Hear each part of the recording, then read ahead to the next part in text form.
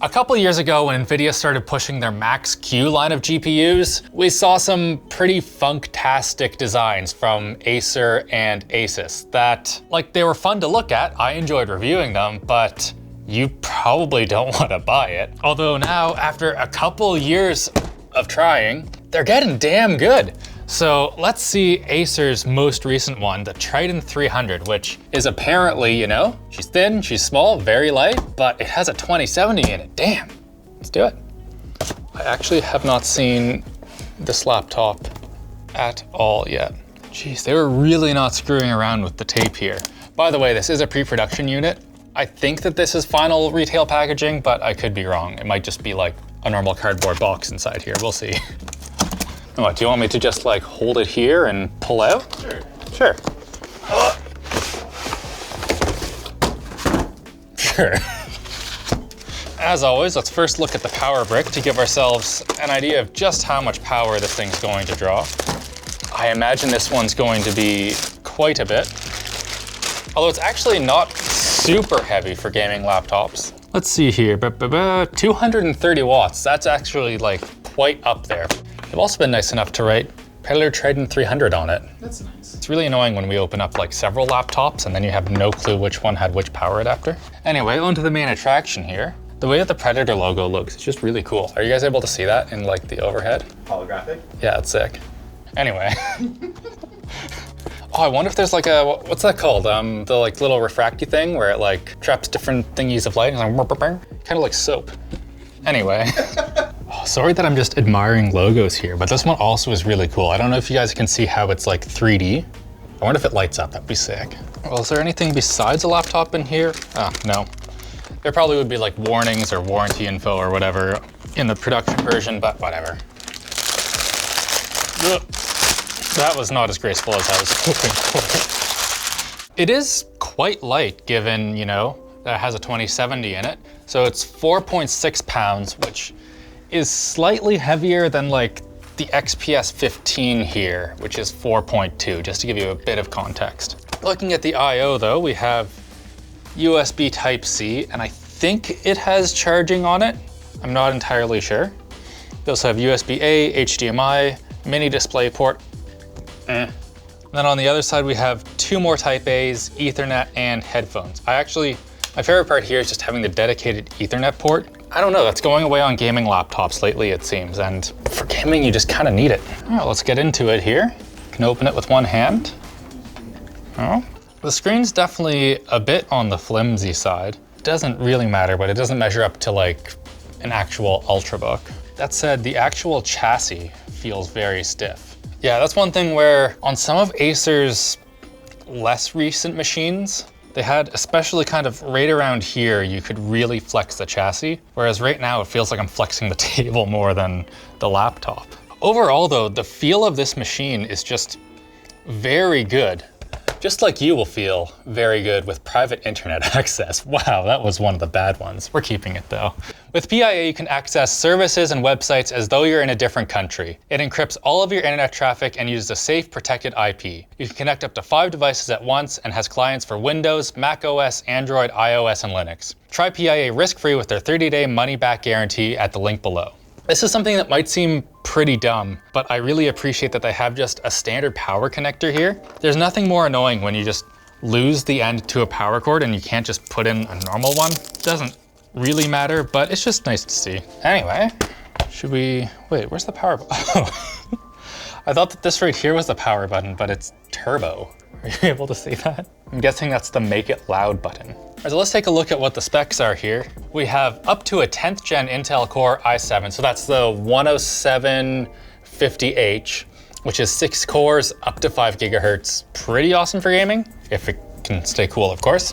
Up to NVIDIA GeForce RTX 2070 Max-Q. We have a 240 Hz, 3 millisecond Full HD IPS display, and 4th gen Aeroblade 3D technology. The first thing that I want to do is just press this turbo button. Oh, yep, that's the vacuum cleaner setting for sure. Although it actually isn't as bad as I was expecting at first. It's loud for sure, but it doesn't have the like that some earlier laptops had. I feel like this is the kind of thing that when you have headphones on, it just immediately gets drowned out by whatever you're listening to. Actually, while we get some games installed, they have some 3D audio examples here that I want to take a look at.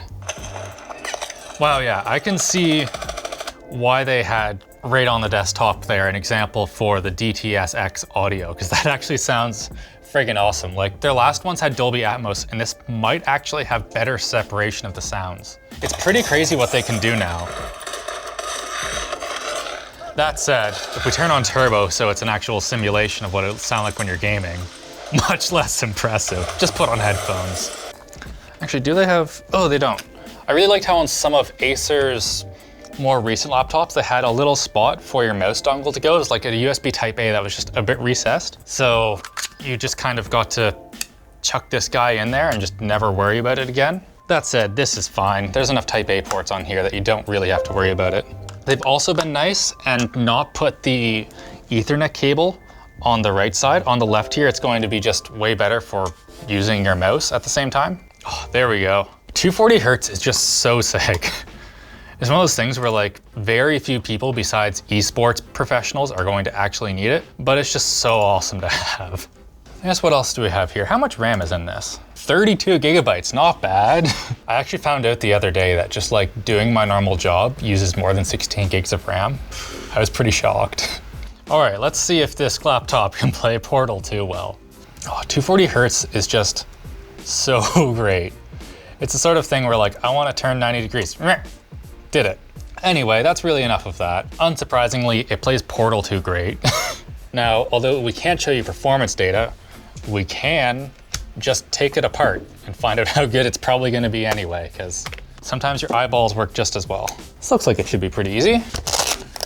Just a couple of screws and I'm guessing it's going to come right apart. I wonder if they'll get bonus points for using the same screw in all of these. I always really like to see that because then you just don't have to worry about where they go back in. Also, it's so bad when like you're a noob taking apart a laptop and you accidentally put the longer screw in the shorter screws thing and it comes through the top of your like keyboard or something. I'd like to say I haven't done that before. Nice, yeah. All the exact same screw. Perfect. It's plastic, but at the same time, it does feel pretty good. All right, let's see here. So we have a 57.3 watt hour battery. That's not great for something with this much performance, really. I would guess with what, an i7 that's 6 cores up to 5 gigahertz and a 2070, you're going to be getting 4-5 hours of battery life maybe. Yeah, they say up to 6 hours based off of Mobile Mark and video playback tests. So you might be able to get that. You might have to turn down the refresh rate of display. I'm not entirely sure. As far as the cooling system goes though, they don't have a lot of heat pipes, but the ones that they do are big. We have what, 1, 2, 3, 4 heat pipes and 4 heat sinks and some big old fans that are metal. That one's metal. Is this one plastic? Huh, interesting. We also have super easy upgrading of the RAM, just 2 SODIMM slots right there. Storage, we have 2 1 terabyte M.2 SSDs. That's actually sick. They're probably in RAID. And we also have, is this a hard drive bay? I can't tell. So there's a spot right here for another M.2 SSD for 3 of them. But I can't tell if there's a way to add in why is there just a space there? That's weird. I can't figure out if there's supposed to be a SATA SSD here or if you're supposed to get a larger battery that comes all the way over in the production unit. Either way, the upgradability on this thing is gonna be absolutely fantastic. It looks like that there's loads of heatsink here for the VRMs. I imagine this thing is gonna perform really well. Anyway, that's about it really. There's not a whole lot else to say. It seems like a pretty great laptop as far as like, if you need the performance of that 2070, it's gonna be pretty good. You also get like, I didn't check this out really, but the keyboard seems good, trackpad seems good. It's not a lot to fault it on. Let's see what the price is actually. That might be a spot to fault it. Okay, so it's starting at 1,300 bucks. That's actually not too bad.